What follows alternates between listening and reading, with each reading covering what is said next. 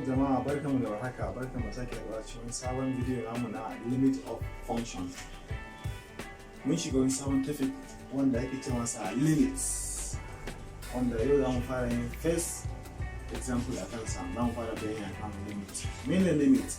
Limit shine limitation din abu daga nan zuwa nan, limit ɗinsa. In ka ƙara gaba, ya limit ɗinsa ƙaruwa yake ko raguwa yake. Idan aka ce ka je daga nan zuwa can wajen, in kana tafiya kana rage limit ɗinsa ne, kana rage limit ɗinsa har ka ishi gunsa, to wannan shine ake cewa limit. Da simpler form limit kenan. So za ba ka problem a ce ka nemo sa, idan ka nemo number da in kana approaching ɗinsa meye number zai zama. Kamar da ya baka ce to when x goes to 2, idan x yana zuwa matso 2 to bai number ne. Haka nan ma za a ce x goes to 5, idan x yana 5 yana matso shi to meye ne number. To wannan shine all about limit. To insha Allah muna da questions guda biyu, ko examples guda biyu wanda nake so za mu yi sa gaba ɗayan mu. So kafin mu fara, in yanayin farkon shigowar ka cikin channel ɗin nan, ko kuma daman ka saba shigowa amma ba ka yi subscribing ba, to kar ka manta ka mana subscribing, saboda me kar ka yi losing din komai, saboda kullum muna yin video daban-daban wanda za su fahimtar musu, nishaɗantar da kuma da zamana mutum ya gane cikin sauki. Saboda haka ka samu ka mana subscribing, bayan ka subscribe kuma ka danna alaman ƙararrawa, saboda zaran mun ajiye bidiyon ka za ka fara gani, saboda ka bude ka gani ka amfani kanka.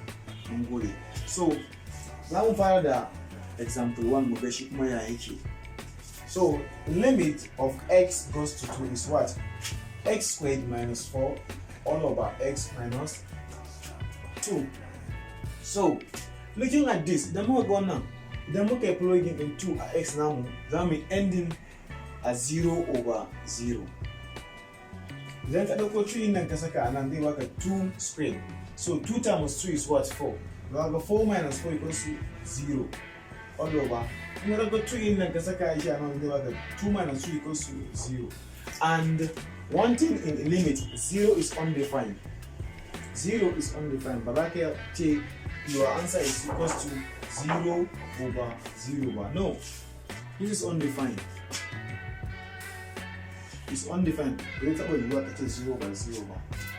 So somewhere like idan ka samu case kalan haka, we are going to what? Factorize. We are going to factor out.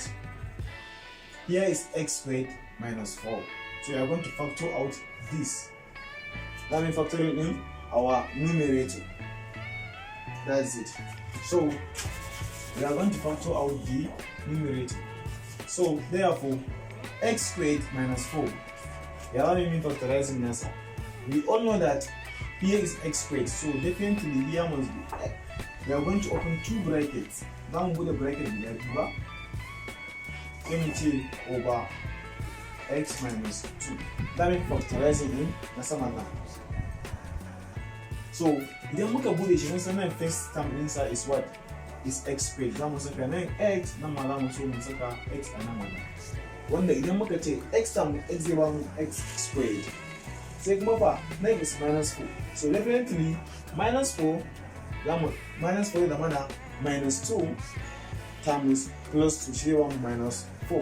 Idan da mu saka masa minus 2, idan da mu saka masa plus 2, shikenan min factorizing din kayan mu. Yanda za mu tabbatar factorizing din mu ya dare ne ko ba dare bane ma, shine za mu expanding din wannan bracket din guda biyu. In muka expanding din sa, zai ba mu wannan na sama, shine za mu ce x times x is x squared. Again, minus 2 times x equals to minus 2x. Again, x times plus 2 equals to plus 2x. Then minus x times plus x equals to minus 4. So x squared, that was already here. Minus 2x plus 2x equals to 0. But that one would actually be minus 4. Minus 4. You can go 1 is corresponding with this. 1 iya kama da wannan, so saboda haka our expansion is correct. Factorizing din mu is da ne. Answer kenan. So za mu ci gaba da cancellation din mu.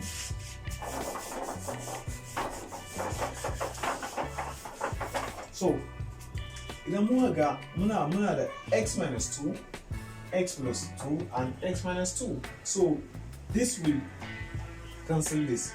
Suna they are together, they look at suna tare, so wannan zai kashe wannan. Sai da mana sura mana ne muna da x plus 2. So our limit as x goes to 2 is what? X plus 2. Fatan muna fahimta. Yawa. Yanzu aka ce mana when x goes to 2, so x in is what? Is 2.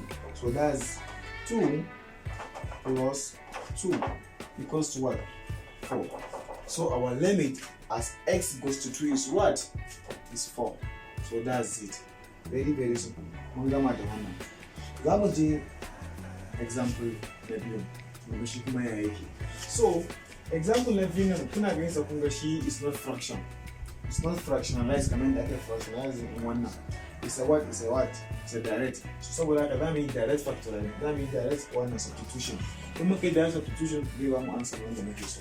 So sun ce mana the limit of x goes to 5 equals to what? X squared plus 2x minus 4.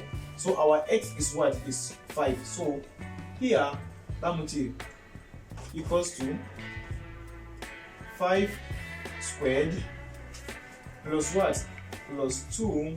X now we open bracket, same as 5 at cikin sa, then mu kulle shi. Then minus 4 a ƙasa. Da fatan muna fahimta. Yawa. Then mu ce to yemi expanding sa 5 squared is what? 25. 5 times 5 is 25. Then plus 2 times 5 is what? Is 10. Then minus 4, it will come down. This is the ahem. So the limit of x goes to 5 is what? 25 plus 10 equals what? 30. 35, I mean. 25 plus 1 equals to 35. So 35 minus 4 equals to 31. So it's what? It's 31 as our answer. So this is the final answers. It's very, very simple. So duka na mu karkare video mu na yau. Mu karkare class din mu na yau. Sai kuma gobe in Allah ya kai mu za mu yi video mai kyau shi ma da gatarwa. Sannan kuma kafin ku tafi in yau ne ka fara shigowa ku daure zai kuma subscribing, kar ku manta da subscribing nan saboda yana motivating din, yana sa mu ji daɗin mu da kuna karuwa, kuna subscribing kuma kuna kallon channel din. Bayan ka subscribing kuma ka danna alaman ƙarawa saboda zarar mun yi video mu kai za mu fara turawa. Kai za ka fara gani kafin kowa ma ya gani, kai za ka fara benefiting kafin kowa ya benefiting. Sannan kuma ka mana liking, ka mana kuma sharing video mu a duk inda ka san za ka iya. Da taimake mu kamar sharing saboda kowa ya gani da jikin. Sannan kuma muna ƙara godiya kan ƙarfin gwiwa da kuma goyon bayan da kuke mana. Sannan kuma har yanzu dai idan kuna da tambaya ko kuma kuna da wani topic inda kuke so a muku video a kansa, za ku yi dropping sa a comment section ko kuma ku bi mu social media platforms ɗin mu. Za ku gan su akan description na wannan channel ɗin namu. Muna da Facebook page, muna da Telegram page, muna da WhatsApp group, muna da kuma Twitter. Sannan kuma muna da kuma Gmail. Za ku biyo mu ta Gmail ku tura mana. Mun gode, sai mu haɗu a bidiyo na gaba. Thank you.